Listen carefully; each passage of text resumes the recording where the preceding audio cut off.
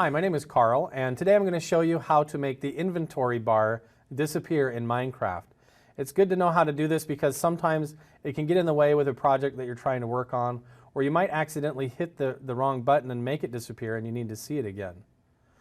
So in order to make your inventory bar appear and disappear, it's very simple. All you have to do is press the F1 key on your keyboard.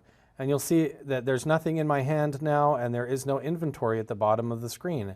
And if I press F1 again, then everything reappears and I can navigate through the inventory bar just as normal. Now the inventory bar still works even though it's disappeared. So I can scroll through my items and place them on the ground just like normal and not have any problem. But if I can't find my inventory bar, simply press F1 and it will reappear. My name is Carl, and today I showed you how to make your inventory bar disappear in Minecraft. I hope that helps you enjoy the game more.